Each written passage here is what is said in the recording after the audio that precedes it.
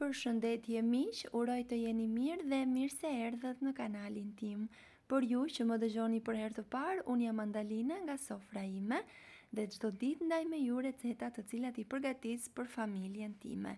Sot kam përgatitur këtë tavë kaq të shijshme që u bë vërtet shumë e mirë, në familje e pëlqyen shumë, ndaj qëndroni me mua ta përgatisim së bashku pasi jam e bindur që do bëhet e preferuara juaj gatuar në këtë mënyrë.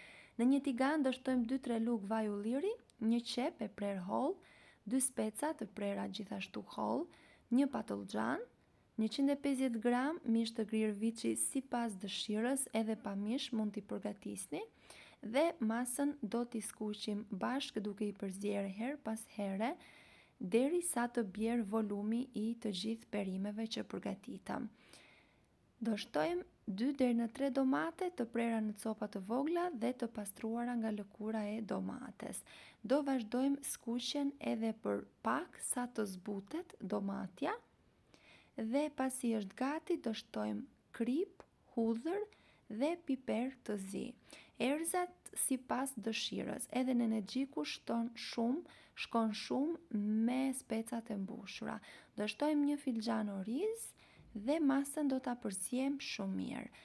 Dhe e kemi gati për t'i mbushur. Specave u kam hequr bishtin dhe farat, I kam çpuar pak nga poshtë dhe I mbushim me ndihmën e një luge, ja kështu si tregohet në video, jo plotësisht pasi të ziejnë, orizi do të fryhet dhe specat do mbushen më shumë dhe masa do dalë jashtë tyre.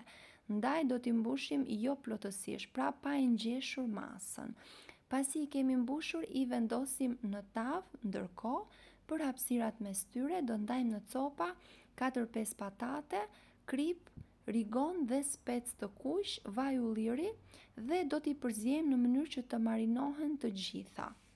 Dua t'ju kujtoj se nëse jeni I ri në kanalin tim, unë juftoj t'i hidhi një sy recetave të mia dhe nëse ato ju pëlqejnë, mos dilni pa bërë subscribe dhe pa shtypur butonin e ziles, kështu do njoftoheni për çdo recetë të re të postuar.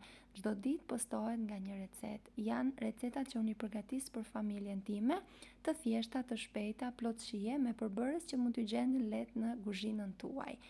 Pasi I kemi marinuar specat mirë, do t'i vendosim me kujdes në të gjithë hapësirat në tavë. Do shtojmë pak vaj ulliri dhe një gotë ujë. Tavën do ta pjekim në 200 gradë derisa të jetë gati. Pjekja gjithmonë në varësi të furrës që keni.